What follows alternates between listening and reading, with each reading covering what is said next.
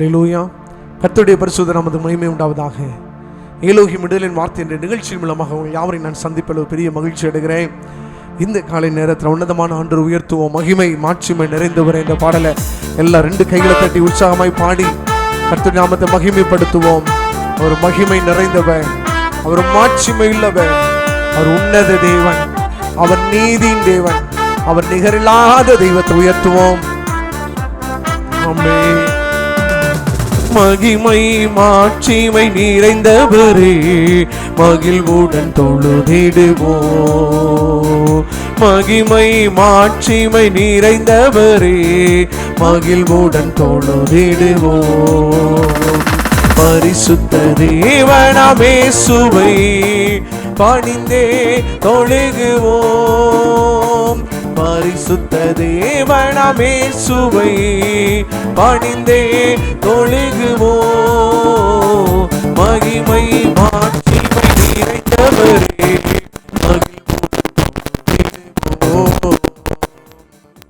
நித்திய தேவன் நீரே, நீதி நிறைந்தவர், அடைக்கலமானவரே, அன்பு நிறைந்தவர், நீ நல்லவரே என்று சொல்லுவோம். நன்றி அப்பா. நித்திய தேவனும் நீரே, நீதி நிறைந்தவரே. சொல்லுங்க பார்க்கலாம். நித்திய தேவனும் நீரே, நீதி நிறைந்தவரே, அடைக்கலமானவரே, அன்பு நிறைந்தவரே, அடைக்கலமானவரே, அன்பு நிறைந்தவரே, நல்லவரே வல்லவரே என்றும் தொழுதிடுவோம். நல்லவரே நல்லவரே வல்லவரே என்றும் தொழுதிடுவோம்.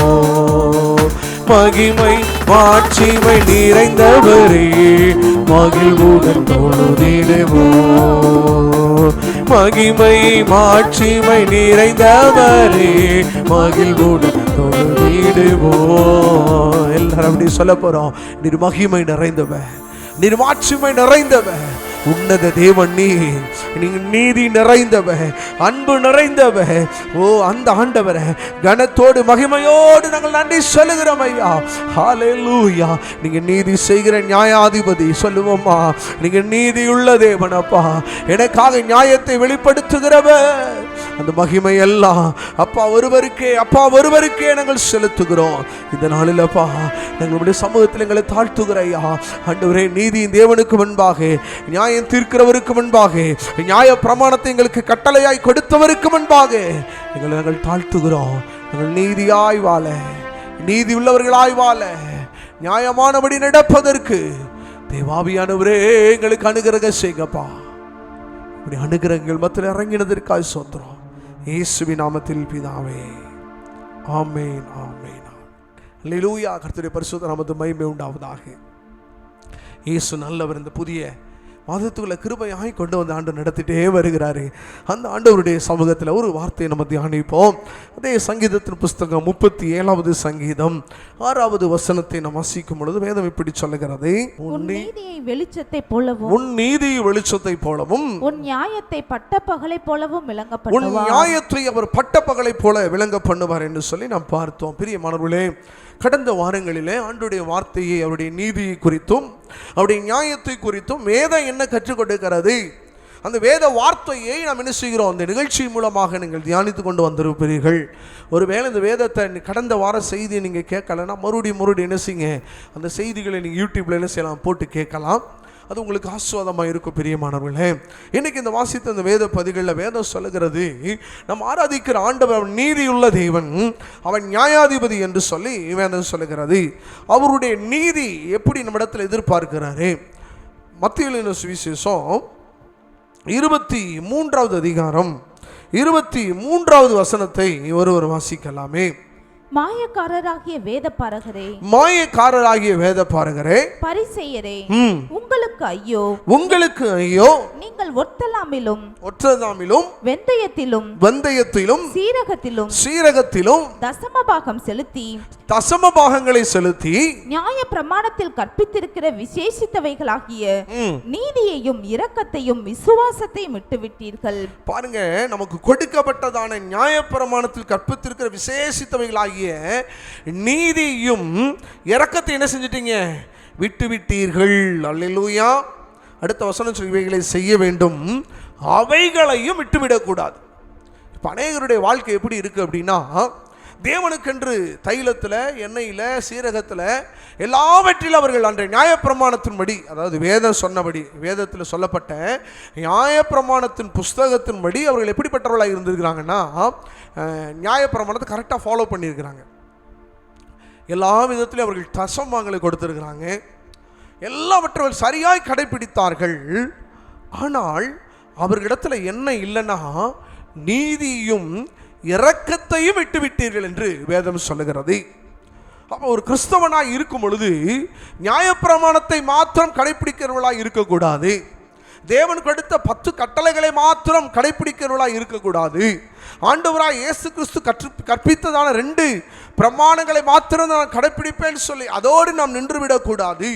அதற்கு அடுத்த சூழ்நிலைகளில் ஒரு வாழ்வு உண்டுங்க. இந்த பூமிக்குரிய வாழ்க்கையில் நாம் எப்படிப்பட்டவர்களாக இருக்கணும்? வேதம் சொல்லுகிற இரக்கத்தையும் நீதியும் செய்கிறவர்களாக இருக்கணும்.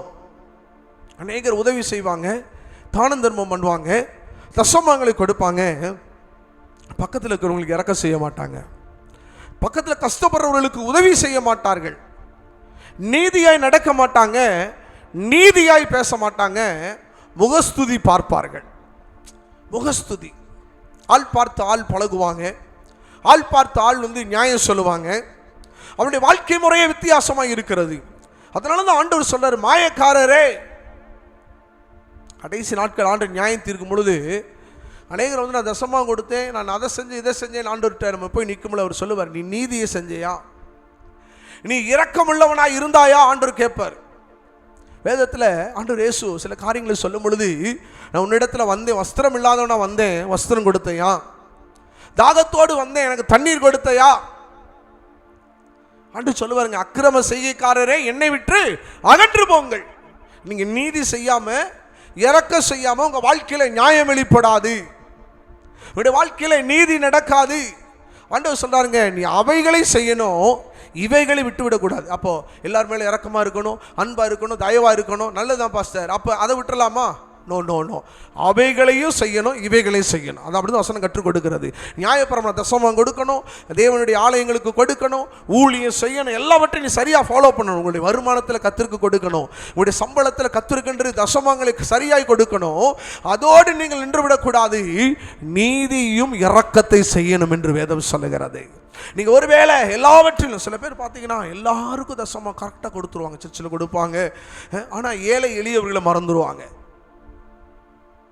இறக்கப்பட மாட்டாங்க, நீதி பேச மாட்டாங்க.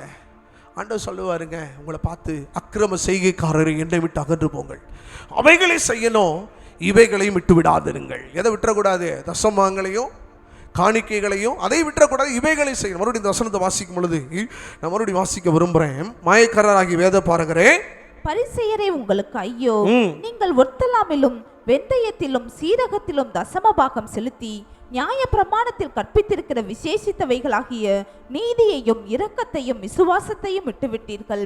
இவைகளையும் செய்ய வேண்டும், அவைகளையும் விடாதிருக்க வேண்டும். நியாய பிரமாணத்தில் கற்பித்திருக்க எல்லாவற்றையும் ஃபாலோ பண்றோம், ஆனால் சில காரியத்தை என்ன செஞ்சுட்டோம்?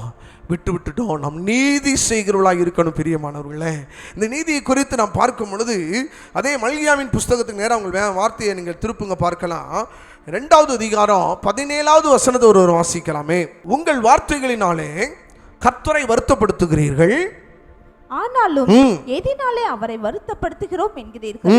பொல்லாப்பை செய்கிறவன் எவனும் கர்த்தரின் பார்வைக்கு நல்லவன் என்றும், பொல்லாப்பு செய்கிறவன் ஆண்டவரின் பார்வைக்கு நல்லவன் என்றும், அப்படிப்பட்டவர்கள் பேரில் அவர் பிரியமாய் இருக்கிறார் என்றும், நியாயம் தீர்க்கிற தேவன் எங்கே என்றும் நீங்கள் சொல்லுகிறதினாலேயே. பாருங்க, நீங்க அநேகர் எப்படின்னா பொல்லாதவனை நல்லவன் சொல்லி சர்டிஃபிகேட் பண்ணுறாங்கன்னா கர்த்தர் நியாயம் தீர்ப்பார்.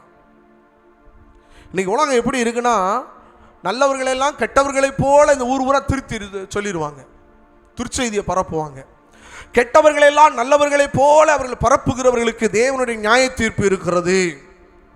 நீதி செய்வா. தப்புனா தப்பு தாங்க, தவறுனா தவறு தான். அது வீட்டில் செஞ்சாலும் சரி, சபையில் நடந்தாலும் சரி, ஊழியக்காரனிடத்தில் காணப்பட்டாலும் சரி, பொறுப்பு நிறைந்த அதிகாரிடத்தில் தவறு காணப்பட்டாலும் அது தவறு தான். ஆனால் ஒரு மனுஷன் அந்த தவறை சரின்னு சொன்னான்னா, வேதம் சொல்லுகிறது அவன் யாருக்கு பிரியமாக இருக்க மாட்டானா? ஆண்டவருக்கு பிரியமாக இருக்க மாட்டான். நியாயம் தீர்க்கிற தேவன் அவர் என்ன செய்வார்? கண்டிப்பாக நியாயம் தீர்ப்பார். இந்த பொல்லாங்கு நிறைந்த உலகத்தில் சொல்லுவாங்க, நல்லவனுக்கு காலமே இல்லையா அப்படின்வாங்க. உண்மைதாங்க. நீங்கள் உண்மையாக இருந்தாங்கன்னா உங்களுக்கு யாருக்கு பிடிக்காது. நீங்கள் நடிக்கணும், பொய் பேசணும், மாய்மாலம் பண்ணணும். அவன் கெட்டவனாகவே இருப்பான், அவனை பார்த்து என்ன செய்யணும்? ஏதாவது ஒரு விஷயத்தை என்ன செய்யணும்? பொய்யானதை பேசி நல்ல பேர் வாங்கணும். நான் மறுபடியும் சொல்லுகிறேன், நீங்கள் மனுஷனிடத்தில் நல்ல பேர் வாங்குறதுனால நீங்கள் உங்கள் சந்ததியை ஆஸ்வதிக்கவே முடியாது. கர்த்தர் உங்களை பார்த்து நல்லவன் சொல்லணும், கர்த்தர் உங்களை பார்த்து நீதிமான் சொல்லணும், கர்த்தர் உங்களை பார்த்து உத்தமன் சொல்லணும், கர்த்தர் உங்களை பார்த்து இவன் இருதயத்துக்கு ஏற்றவன் என்று சொல்லணும். மனுஷனை பிரியப்படுத்தும்படியாய் நீங்கள் சொல்லுகிற பொய், மனுஷனை பிரியப்படுத்தும்படியாய் நீங்கள் நடிக்கிறதான அந்த மாய்மாலத்தை கர்த்தர் அருவருக்கிறாரு. அதனால தான் ஆண்டவர் சில நேரங்களில் அவர் பேசும் பொழுது, மாயக்காரரே, அக்கிரம செய்கைக்காரரே, என்னை விட்டு அகன்று போங்கள் என்று சொன்னார். ஏன்னா அவர் நீதியின் தேவன், அவர் நீதி செய்கிறவன்.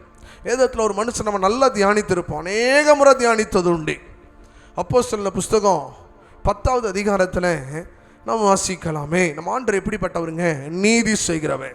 வாசிக்கலாம். அப்போஸ்தலர் 10:34-35 ஒருத்தர் வாசிக்கலாம். அப்போஸ்தலர் 10:34-35.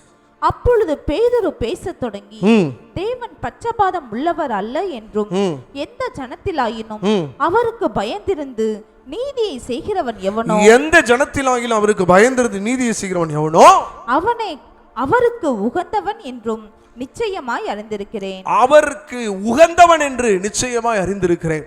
ஒரு மனுஷன் ஆண்டவருக்கு பிரியமாய் நடப்பானால், நீதியாய் நடப்பானால் அவன் ஆண்டவருக்கு உகந்தவனா? ஒரு ஆமென் சொல்லுங்க. ஆண்டவருக்குரியவன். இப்படி யாருக்கு ஆண்டவர் அந்த கிருபையை தந்தார்னா, இங்கே வாசித்த இந்த வேத பதிகளில் அப்போஸ்தலர் புஸ்தகம் 10 அதிகாரத்தில் வேதம் சொல்லுகிறது. 2வது வசனத்தை வாசிக்கலாம். அவன் தேவ பக்தியுள்ளவனும் தன் வீட்டார் அனைவரோடும். யார் குறித்து சொல்லப்படுகிறது? கொர்நேலியுவை குறித்து. அவன் எப்படிப்பட்டவனாய் இருந்தானா? தேவ பக்தியுள்ளவனும் தன் வீட்டார் அனைவரோடும் தேவனுக்கு பயந்தவனுமாய் இருந்து ஜனங்களுக்கு மிகுந்த தர்மங்களை செய்து எப்பொழுதும் தேவனை நோக்கி ஜெபம் பண்ணி கொண்டிருந்தான். அல்லேலூயா. நல்ல கவனிங்க. தேவ பக்தியுள்ளவன் என்று கொர்நேலியுவை குறித்து வேதம் சொல்லுகிறது. அவன் எப்படிப்பட்டவனா? தேவ பக்தி உள்ளவன். படை தலைவருக்கு, எல்லா அந்த ராணுவ வீரர்களுக்கெல்லாம் இவர் இத்தாலியா பட்டாளத்தில் ஒரு அதிகாரி தான் இந்த கொர்நேலியு. இவரை குறித்து அதிகமாக நம்ம சொல்லணும்னு அவசியம் இல்லை, எல்லாரும் அறிந்தவர் தான். தேவனுக்கு பயந்தவன் என்று வேதம் அவரை அடையாளம் இடுகிறது. தேவனுக்கு பயந்து உங்களை எங்கனே ஆண்டு பார்த்தான்னு சொல்லுவாரா இவங்க தேவனுக்கு பயந்தவங்க அப்படின்னு? மனுஷனுக்கு வேணா பயந்தவங்களாம் இருப்போம், புருஷனுக்கு பயந்தவங்களாக இருப்போம், உலகத்துக்கு அதிகாரிகளுக்கு பயந்தவங்களாக இருப்போம். நம்ம தேவனுக்கு பயந்தவங்களாக நடக்கிறோமா? ஆனால் இந்த கொர்நேலியுவை குறித்து வேதம் ஒரு சர்டிஃபிகேட் கொடுக்கிறது. இவர் தேவனுக்கு பயந்தவன் என்றும் தன் வீட்டார் அனைவரோடும் தேவனுக்கு பயந்தவனுமாக இருந்தான். அவர் மாத்திரம் பயந்தவர் இல்லைங்க, தான் வீட்டில் இருக்கிற மனைவி, தான் வீட்டில் இருக்கிற பிள்ளைகள் எல்லோரும் கர்த்தருக்கு என்ன செய்தவர்களாக இருந்தாங்களா? பயந்தவர்களாக இருந்தார்கள் என்று வேதம் சொல்லுகிறது. இன்னைக்கு நான் மாத்திரம் ஆண்டவருக்கு பயப்படுறது பெருசு இல்லைங்க, என் மனைவியும் ஆண்டவருக்கு பயப்படணும், என் பிள்ளைகளுக்கும் தேவனுக்கு பயந்தவர்களாய் வளரும் பொழுது அது ஒரு நீதியுள்ள சந்ததியாக, நியாயத்தின் சந்ததியாக இருக்கும். கொர்நேலியுவை அப்படி தான் நமக்கு பார்க்குறாரு. அல்லேலூயா. அடுத்து வசனம் சொல்லுகிறார், மிகுந்த தர்மங்களை செய்து எப்பொழுதும் தேவனை நோக்கி ஜெபம் பண்ணி. அவன் தர்மம் செஞ்சவராக இருந்தாராம். தான தர்மங்களை கர்த்தர் என்ன செய்தார்? விரும்புகிறார். கொர்நேலியை குறித்து வசனம் அப்படி தான் சொல்லுது. தான தர்மம் சொல்லணும், செய்யணும். தானோ தர்மம். பாட்டு பாடுவாங்க, பழைய பாடல்களில் கவிதைகளில் சொல்லுவாங்க, தர்மம் தலை காக்கும். ஏன்னா நம்ம தான தர்மத்தில் கர்த்தர் பிரியப்படுறார். பிரியமானவர்களே, இந்த கொர்நேலியுடைய வாழ்க்கையில இப்படி தேவனுக்கு பயந்தவனும் நீதிமானும் எப்பொழுது ஜெபம் பண்ணி கொண்டிருக்கிறவனா இருக்கும் பொழுது இவரை குறித்து இவர் மூலமாக புறஜாதியார்கள் ரட்சிக்கப்பட வேண்டும் என்பது தேவனுடைய திட்டமாக இருக்கிறது. ஆண்டவர் கொர்நேலியிட்ட பேசுகிறார், நீ போப்பா, ஒரு மனுஷர் வருவார், அந்த தீர்க்கதரிசி ஒரு இடத்துல வருவார், அந்த அப்போஸ்தலனை பாருன்னு சொல்கிறாரு. அதே போல் பேதுருவிடத்தில் ஆண்டவர் சொல்லுவார், ஒரு மனிதன் நீதிமானாக இருக்கிறான், நம்முடைய பேர் கொர்நேலின்னு சொல்லி 2 பேர் ஒருவருக்கொருவர் சந்திக்கிறார்கள். இப்படி ஒருவருக்கொருவர் சந்தித்து ஒரு இடத்திலே அவர்கள் ஒருமனப்பட்டு நிற்கிறார்கள். 30ஆம் வசனம் சொல்லுகிறது, அதற்கு கொர்நேலி 4 நாளைக்கு மணி நேரத்தில் நான் உபவாசித்து 9வது மணி நேரத்தில் என் வீட்டிலே ஜெபம் பண்ணி கொண்டிருந்தேன். அப்பொழுது பிரகாச வஸ்திரம் தரித்த மனுஷன் உனக்கு முன்பாக நின்று, கொர்நேலியே, உன் ஜெபம் கேட்கப்பட்டது, உன் தான தர்மங்கள் தேவ சந்நிதியில நினைத்தருளினது என்று சொல்லப்பட்டிருக்கிறது. அல்லேலூயா. அந்த கொர்நேலி ஜெபம் பண்ணிட்டு இருக்கிறாரு. கர்த்தர் என்ன செய்கிறாருங்க, தன்னுடைய கிருபைகளை கர்த்தர் வெளிப்படுத்தி ஒரு மனுஷனை உன்னிடத்தில் என்ன செய்கிறேன், அனுப்புகிறேன் என்று சொல்லி பேதுருவை அனுப்புகிறாரு. பேதுருவை அனுப்பும் பொழுது பேதுரு சொல்றாரு, வாசிக்கலாம் 34ஆம் வசனம். அப்பொழுது பேதுரு பேச தொடங்கி, தேவன் பட்சபாதம் உள்ளவர் அல்ல என்றும் எந்த ஜனத்திலாயிலும் அவருக்கு பயந்திருக்கிற நீதியை செய்கிறவன் எவனோ அவருக்கு உகந்தவன் என்று நிச்சயமாய் அறிந்திருக்கிறேன். அல்லேலூயா, அல்லேலூயா. அங்கே பேதுரு பிரசங்கிக்கிறாரு, நீதியை குறித்து பிரசங்கிக்கிறார், இயேசுனுடைய மரணத்தை குறித்து பிரசங்கிக்கிறார், இயேசு கிறிஸ்துவினுடைய உயிர்த்தெழுதலை குறித்து பிரசங்கிக்கிறார், இயேசு 3ஆம் நாள் உயிரோடு எழும்பினார், அவரை நாங்கள் கண்டோம் என்று சொல்லி பிரத்யட்சமாக தரிசனமானார் என்று சொல்லி பேதுரு இயேசுவை குறித்தும் அவருடைய பிறப்பை குறித்தும் அவருடைய பாடுகளை குறித்தும் அவருடைய மரணத்தை குறித்தும் அவர் 40 நாட்கள் தரிசனமான அந்த உயிர்த்தெழுதலை குறித்தும் இயேசுவுக்காக நாங்கள் சாட்சிகளாக இருக்கிறோம் என்று சொல்லி இந்த சாட்சிகளை அவர் பிரசங்கித்துக் கொண்டிருக்கும் பொழுது அங்கே இருக்கிற எல்லோரும் மேலும் பரிசுத்த ஆவியானவர் இறங்கினார். அவர் பிரசங்கிக்கும் பொழுது சொல்லுகிறாரு, 43ஆம் வசனத்தில், அவரை விசுவாசிக்கிறவன் எவனோ அவருடைய நாமத்தினால் என்ன செய்யலாம், பாவ மன்னிப்பை பெருமான் என்று தீர்க்கதரிசிகள் எல்லாரும் அவரை குறித்து சாட்சி கொடுத்திருக்கிறார்கள் என்றான். இந்த வார்த்தைகளை பேசிக்கொண்டிருக்கும் பொழுது அங்கே பரிசுத்த ஆவியானவர் யாவர் மேலும் இறங்கி பற்பல பாஷைகளை பேசுகிறதை அவர்கள் கண்டார்கள். அல்லேலூயா. நீதியாய் வாழ்ந்த கொர்நேலி நிமித்தமாக அந்த புறஜாதியார்களுக்கு, ஆண்டவரை பற்றி அறியாதவர்களுக்கு, விருத்த சேதனம் பெறாதவர்களுக்கு பரிசுத்த ஆவியின் வல்லமைகளையும் வரங்களையும் அந்நிய பாஷைகளை அவர்கள் பெற்றுக்கொண்டார்கள். அப்பொழுது பேதுரு சொல்லுகிறார், பாருங்க, பேதுருவோடு வந்திருந்த அநேகர் சொல்லுகிறாங்க, விருத்த சேதனம் உள்ள 46ஆம் வசனம், விசுவாசிகள் கேட்கும் போது பரிசுத்த ஆவியின் வரம் புறஜாதிகள் மேலும் பொருளுந்தேந்தப்பட்டதை குறித்து என்ன செய்தார்கள், பிரமித்தார்கள். எல்லாருக்கும் ஆச்சரியம், இவங்க விருத்த சேதனம் பண்ணாதவங்க, இவர்கள் புறஜாதியார், இயேசுவை அறியாதவர்கள், இவர்கள் பரிசுத்தாவின் வல்லமையினாலே இவர்கள் நிரப்பப்பட்டதை குறித்து அவர்கள் ஆச்சரியப்படுகிறார்கள். அப்பொழுது அங்கே பேதுரு அவர்கள் எல்லோருக்கும் என்ன செய்தார், ஞானஸ்தானத்தை கொடுத்தார். 47 சொல்லுகிறது, பரிசுத்தாவியை பெற்றவர்களும் ஞானஸ்தானம் பெறாதபடிக்கு எவனாகிலும் தண்ணீரை விளக்கலாமா, அவர்களுக்கு ஞானஸ்தானம் கொடுக்கப்பட்டு புறஜாதியார்கள் எல்லாம் இயேசுவிடத்தில் திரும்பி வந்தார்கள். பிரியமானவர்களே, இதற்கு யாரை கர்த்தர் ஆயத்தப்படுத்தினாரா, நீதியாய் இருந்தவனே, நியாயமாய் இருந்தவனே, தானந்தரமும் செய்த அந்த கொர்நேலியோ தன் வீட்டாரோடு கர்த்தருக்கு பயந்த ஒரு மனுஷனை கொண்டு புறஜாதியார்களுக்கு ஒரு சுவிசேஷம் அறிவிக்கப்பட்டு அங்கே ஒரு ஜனங்கள் எல்லாம் இயேசுவை ஏற்றுக்கொண்டு ஞானஸ்தானம் பெற்றார்கள். ஒரு ஆமீன் சொல்லுங்க. பாவ மன்னிப்புக்கென்று மனம் திரும்புதலுக்கென்று ஞானஸ்தானம் பெற்றார்கள். இந்த வார்த்தையை கேட்குற தேவனுடைய பிள்ளைகளே, இதுதாங்க நீதியுள்ள வாழ்க்கை. மாயக்காரரை போல இல்லை இந்த கொர்நேலியும். ஆண்டவர் சொல்றார், நீ எல்லாத்தையும் தசமம் கொடுத்த, ஆனால் நீதி இரக்கத்தை விட்டுட்டேயே. ஆனால் கொர்நேலியோ தேவன் என்ன சொன்னாரோ அவருக்கு உகந்தவராக இருந்தான். நீங்கள் ஆண்டவருக்கு உகந்தவங்களாக இருக்கணும், ஆண்டவருக்கு முன்னாடி நீதி செய்கிறவர்களா, நியாயம் செய்கிறவர்களாக இருக்கணும். கொர்நேலி வீட்டில் புறஜாதிகள் உள்ள வந்திருக்கிறாங்க. பாருங்க, ரட்சிப்பு விளங்கினது, சுவிசேஷம் அறிவிக்கப்பட்டது, ஆத்தும அறுவடை நடந்தது. எனக்கு எல்லாரும் ஒப்பு கொடுக்க போகிறோம். ஆண்டவரே, என்னை ஒப்பு கொடுக்குறேன்ப்பா, நான் நீதியாக இருக்கணும், நியாயமாக இருக்கணும், கொர்நேலியை போல தேவ திட்டத்தை நான் நிறைவேற்றுகிறவனாய், ஊழியம் செய்கிறவனாய், அநேக ஆத்துமாக்களுக்கு உத்தரவாதியாய் என்னை மாற்றுங்கன்னு சொல்லி ஆண்டவர்கிட்ட ஒப்பு கொடுக்கலாம். எங்களை நேசிக்கிற நல்ல பிதாவே, இந்த வார்த்தையை கேட்கிற, இந்த சத்தத்தை கேட்கிற என் ஜனங்களுக்கு இருதயங்கள் திறக்கப்படட்டும்பா, சிந்தைகள் திறக்கப்படட்டும், ஆவிக்குரிய கண்கள் திறக்கப்படுவதாக. நிகழ்ச்சியின் மூலமாக எங்கள் ஜனங்கள் நீதி செய்கிறவர்களாக இருக்கணும், தேவ ராஜ்யத்தை தேடுகிறவர்களாக இருக்கட்டும், வேதம் கற்றுக் கொடுக்கிறது. முதலாவது தேவனுடைய ராஜ்யத்தையும் அவருடைய நீதியும் தேடுங்கள், அப்பொழுது இவைகள் எல்லாம் உங்களுக்கு கூட கொடுக்கப்படும். இவைகள் எல்லாம் உங்களுக்கு கூட கொடுக்கப்படும். நீதியை தேடும் பொழுது, அப்பா ராஜ்யத்தை தேடும் பொழுது இந்த பூமிக்குரிய ஆசீர்வாதங்கள் எல்லாம் கடந்து வரும்.